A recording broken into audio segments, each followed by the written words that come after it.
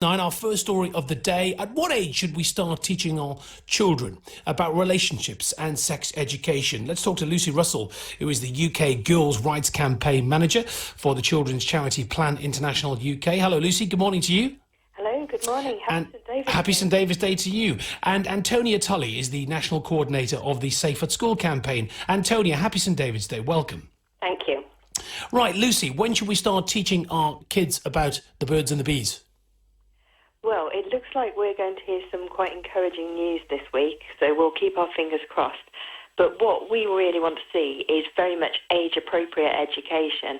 So that's about talking about things like friendship, about empathy, about hurting feelings with younger children, and making sure that they build up their understanding of relationships so that as they become that little bit older and start facing things like sexting, like the impact of the online world, that they're ready to deal with that in a more adult way as they progress through education. Children as young as 4, are you serious? Very much. When you're talking about 4-year-olds, you're talking about lessons about, say, for example, the topic of consent. You would do things like, is it okay to hold someone's hand without asking them?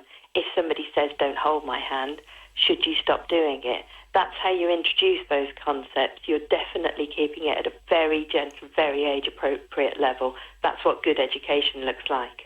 Antonia, do you agree with the UK government plans to change the education system when it comes to sex? No, I don't. This is a really, really sad day for families in Wales and all over the country.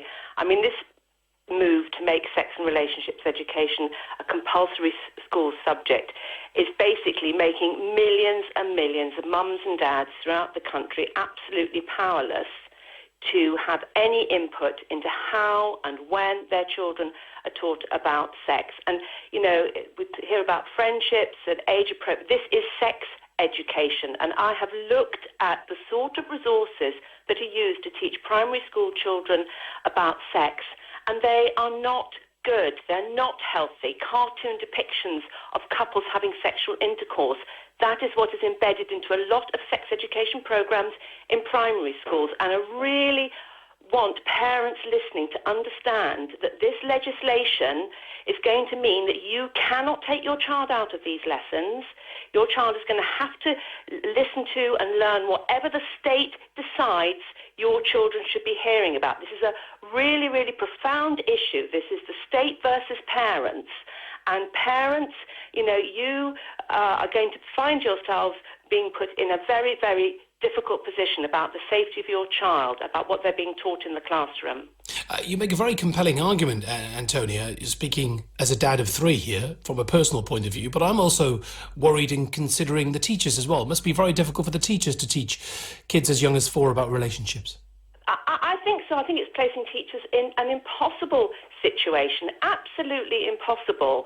My campaign, year in, year out, I hear from parents who are horrified about what their children are being taught in schools which in every other respect the parents think are wonderful. Comes to sex education and suddenly they're just dumbfounded that their children are being given really explicit material about sex. Yes, there's the friendship, yes, there's the holding hands, but this is sex education.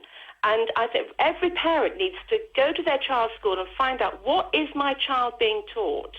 And this legislation means if you don't like it, you can't take your child out. And that is a very, very serious situation that we're facing. You did say explicit, but you did say earlier in your first contribution to the show that it was cartoon depiction, which is hardly explicit. This is very explicit. Google living and growing, and you'll see what I mean. This is very explicit.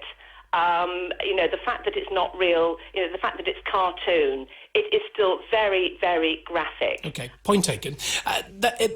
Which leads me on to this point then, Lucy. Whose responsibility is it? Is it a parent's responsibility to teach children about sex? Well, really importantly, what we found in our survey is that 8 out of 10 parents actually fully support sex and relationships education for children in school. So very much these new proposals are about responding to what parents want to see. And, when we talk about what's being taught, I mean, it's really important that we look at what's being delivered. And the whole idea of parents versus state is not true at all. Good quality education is about schools talking to parents, about listening to what they want to see. And if there are concerns from parents, schools will listen. That's the whole point. They're part of the community. Schools also need to listen to young people, and that's why planners got involved, because what we've heard from young people is time and time again that they are getting overwhelmed with the messages that they're being shown online. They're getting overwhelmed with the impact of social media, and they really want some help to get through this with education. Well, given it's 9:25 in the morning, be very careful with your language, but I think that a lot of parents and grandparents listening to this today, and some of them may be on the school run, they've just dropped the children off and they're on their way back home or off to the office. When you're saying overwhelmed with messages, what are you talking about? As I say, I repeat, 9:25, so spare us the detail. Yes, okay, so that's quite tricky to do. If I explain that young people are being asked to send naked images of themselves quite often. At what age are we talking about here?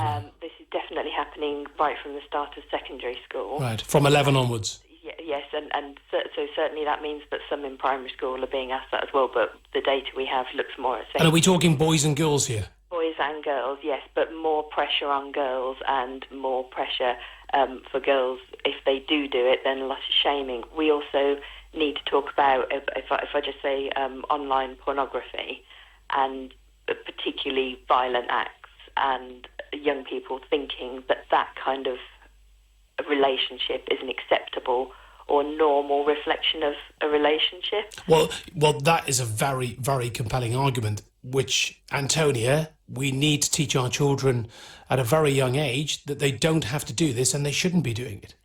Yes, I absolutely agree. But who should be giving the messages to children? It's primarily parents. And let's look at the way in which pornography is taught to teenagers in school. I've looked into this. One of the teaching resources is a game called Planet Porn.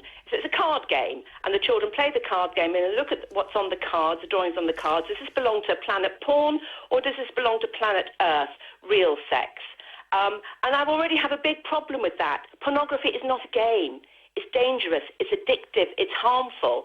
It shouldn't be presented to children and teenagers as a game. And I'm not seeing in any of the literature that I've looked at how this will actually be taught in the classroom, I'm not seeing clear, strong messages about just how damaging and harmful pornography is.